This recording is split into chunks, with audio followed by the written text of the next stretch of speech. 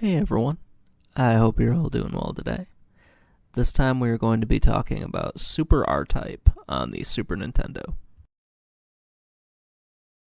So this is a side-scrolling shoot-'em-up, or shooter, or whatever the hell you want to call it. Basically, it is an arcade-style game where you fly a little ship, fly sideways, usually left to right, sometimes vertically, but for this game, you're flying left to right. And the screen kind of scrolls as you move along, enemies pop up on it, and you do your damnedest to not die. And it is really frickin' hard not to die. R-Type is just a famously hard series, and Super R-Type is no exception to that. What is kind of cool about the R-Type series is how it just looks frickin' strange. Most of these shooters are going to take on like a sci-fi or a space theme. R-Type does that, Super R-Type does that, but it also adds in some more like H.R. Giger stuff, so you have some crazier looking enemies, or some that are kind of inspired by the Alien series and that sort of thing. It's a really awesome art style. I really love Super R-Type, mostly just the way that it looks. The gameplay, I'm not a huge fan of, but for the most part, it's pretty solid, even if, I don't necessarily enjoy everything about it. Thankfully, you are not restricted to just using the crappy little pea shooter. You do get some power-ups along the way, and, you can do quite a few different things, like charge up your shot, you get your little weapons pod and everything. It's really an enjoyable game with quite a bit of stuff in it that makes it a lot of fun. It's just really goddamn hard, especially with the one-hit deaths, but thankfully this game gives you unlimited continues, so you don't really need to worry too much about that. It's a lot of fun, but it can be incredibly frustrating to play at times. There's a lot of level memorization that you have to do, which is one of the drawbacks of the genre, but it doesn't really...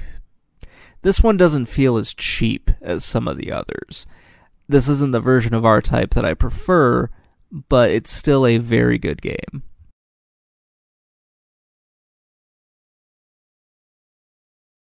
So let's talk a little bit more about the visuals. I mentioned them earlier on, but I'll go a little bit more in depth here. R-Type has always kind of been like a fusion of biological and technological stuff, or at least that's been my impression of it. You get some weird stuff thrown in, but for the most part, you're really just dealing with a lot of things that feel like they were inspired by an Aliens movie, or something like that. It's a pretty fun art style, to be honest.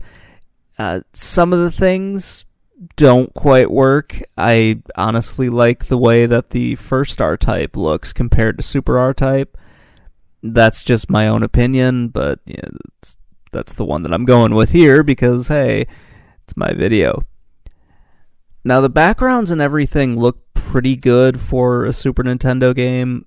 I still think Darius Twin looks better than this. I haven't really looked at Gradius 3 in a while, but so far I think Darius Twin is the better looking game out of these two. Sometimes Super R-Type and the R-Type series kind of fall into the same problem of just having like a black screen with some stuff on it to kind of look like space. And that is sort of a bad thing for the genre. But once you get into like space stations and that sort of thing, then the visuals really do pick up. The game does look really good, I will say that. It's a fun game to play. It looks it looks good. There are some things that I don't like where the game will slow down a little bit just because you have too much going on. And, every once in a while, some of the deaths can feel a little bit cheap just because you can't see all the projectiles that you need to see. A lot of it goes back into the whole memorization of the memorization of the levels and everything. Anyway, it is a pretty good game. So let's get into my final thoughts, and I'll stop rambling on about Super R-Type. Overall, yeah, it's pretty fun to play. It's not the shooter that it's not a shooter that I personally enjoy. I prefer the Darius series, as I've mentioned a few times already. And I feel like this one relies too heavily on level memorization. It's just a bit too frustrating to play. And I get that they're meant to be hard games. You're not supposed to, these are arcade-inspired games mostly.